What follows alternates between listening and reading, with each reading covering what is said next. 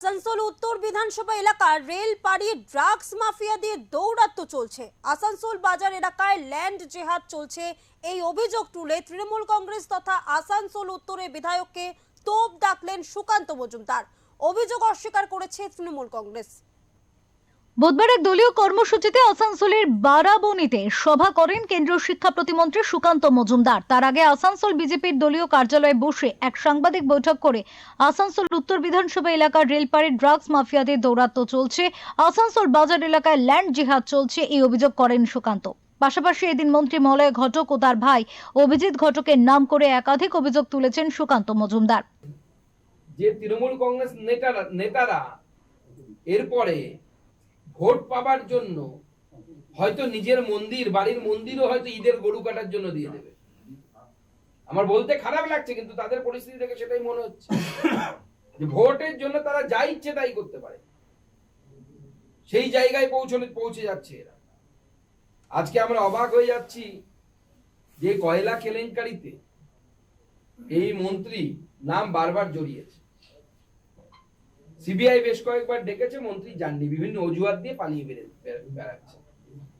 প্রথমত আমি সিবিআই কে বলবো যে যদি ডাকার পরেও না যায়, এতবার ইনভিটেশন লেটার দেওয়ার পরেও যদি না যায়, তাহলে যেভাবে আমরা কিছুদিন আগে দেখলাম যে আমেরিকার ফোর্স গিয়ে কোন একটি রাষ্ট্রের রাষ্ট্রপ্রধানকে তুলে নিয়ে গেল, সেইভাবে চ্যাংদোলা করে আমার মনে হয় এই মন্ত্রীকে তুলে নিয়ে যাওয়া উচিত। ইডি এত তো প্রয়োজনই পড়বে না, ইডি এলে পরে এমনি ভয়ে লাফিয়ে গাড়িতে উঠে যাবে। আমরা ভেবেছিলাম যে একবার একটা কেলেঙ্কারিতে নাম জড়িয়েছে মন্ত্রী বুঝি বা মন্ত্রীর ভাই অভিজিৎ ঘটক, মন্ত্রীর খাবার মুখ, তারা মনে হয় একটু সংযত হবে। আবার দেখতে পাচ্ছি যেখানে একটা 350 কোটির চিটফান্ড রেলপাড়ে যেটা ঘটেছে, সেই চিটফান্ডে মন্ত্রী এবং মন্ত্রীর ভাই অর্থাৎ মলয় ঘটক এবং তার ভাইয়ের নাম কিন্তু জড়িয়ে যাচ্ছে। যদিও সমস্ত অভিযোগ উড়িয়ে দিয়ে আসানসোল পুরসভার ডেপুটি মেয়র ওয়াসিমুল হক বলেন ওনার কথার কোনো দাম নেই, যে যা খুশি বলতে পারে। উনি কি বলে গিয়েছেন উনি নিজেও জানেন না। আসানসোল উত্তর বিধানসভায় ড্রাগসের রমরমা নিয়ে ওয়াসিমুল হক আরো বলেন, কোথায় কি হচ্ছে, কোন জায়গায় হচ্ছে, সেগুলো তো দিতে হবে। আমি তো বললাম ওনার কথা কোনো দাম নেই, যা যে কিছু বলতে পারে। উনি কি বলে গেছেন উনি নিজেও বুঝেননি। ওনাকে ওনাদের দলীয় নেতারা এখানে যা বোঝালো বলে দিল, উনি জানেনই নাই কে নান্নে কে মিস্টার। ঠিক আছে, আপনি ওনার দলে যে নেতারা আছে, অনেক নেতা আছে, আমি নাম কারো করছি না, নাম করে ওদেরকে হাইলাইট করতে চাইছি না, কিন্তু ওদের মানে সম্বন্ধে জানুক।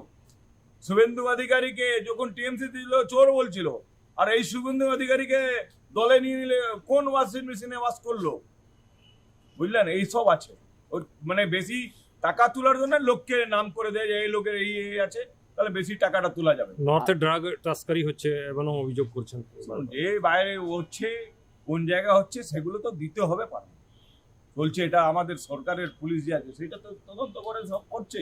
আসানসোল উত্তরের টানা 3 বারের বিধায়ক মন্ত্রী মলয় ঘটক রাজ্যে বিধানসভা ভোট আর কয়েক মাসের মধ্যে হবে বলে ইঙ্গিত।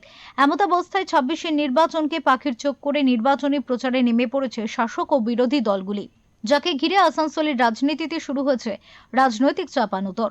আসানসোল থেকে জয়ন্ত সাহার রিপোর্ট, ওঙ্কার বাংলা।